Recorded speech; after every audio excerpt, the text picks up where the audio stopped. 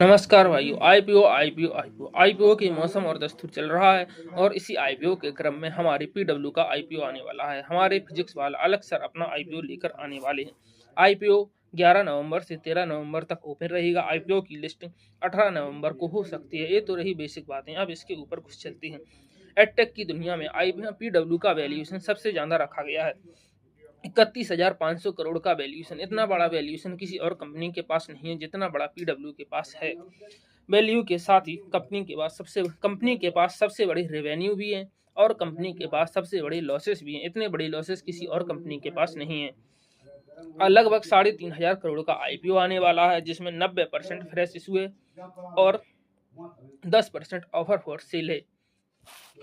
Company के कुछ झूठ जो डीआरएचपी और कंपनी के प्रमोटर के इंटरव्यूज में मेल नहीं खाते हैं। कंपनी कहती है कि उसके पास 200 से 300 करोड़ का कैश रिजर्व है, लेकिन डीआरएचपी में 189 करोड़ का कैश रिजर्व दिखाया जाता है। कंपनी कहती है कि उसने 210 करोड़ का मार्केट से रुपया उठाया हुआ है वेंचर कैपिटलिस्ट से, लेकिन कंपनी के डीआरएचपी में 244 करोड़ रुपए दिखाया जाता है।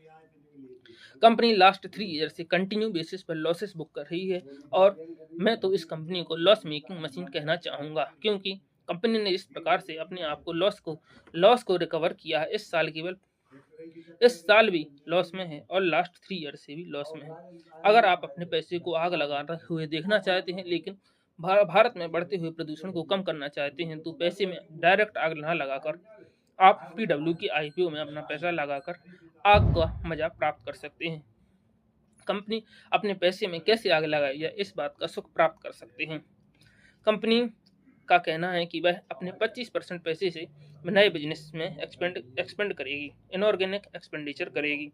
कंपनी ने पहले आई न्यूरॉन में एक्सपेंडिचर किया था, जिसमें कंपनी ने जॉब की सिक्योरिटी देते हुए कोर्स बेचे थे, लेकिन कंपनी ने कोर्स तो बेच दिए लेकिन जॉब नहीं दे पाई। इसी कारण कंपनी ने इसको आई न्यूरॉन को बंद कर दिया पीडब्ल्यू ने। और कंपनी ने प्रेप ऑनलाइन करके भी एक कंपनी को खरीदा था। इसमें उसने कहा था कि हम किताबों को छापेंगे और स्टूडेंट को डिस्ट्रीब्यूट करेंगे। किताबें छपी लेकिन बिकी नहीं। प्रतियोगी परीक्षाओं के और अन्य विद्यार्थियों ने किताबों को नहीं खरीदा।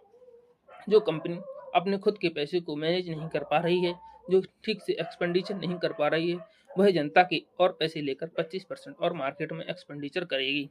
आपकी इस पर क्या राय है? मेरी राय तो है कृपया इस आईपीओ से दूर रहें। धन्यवाद।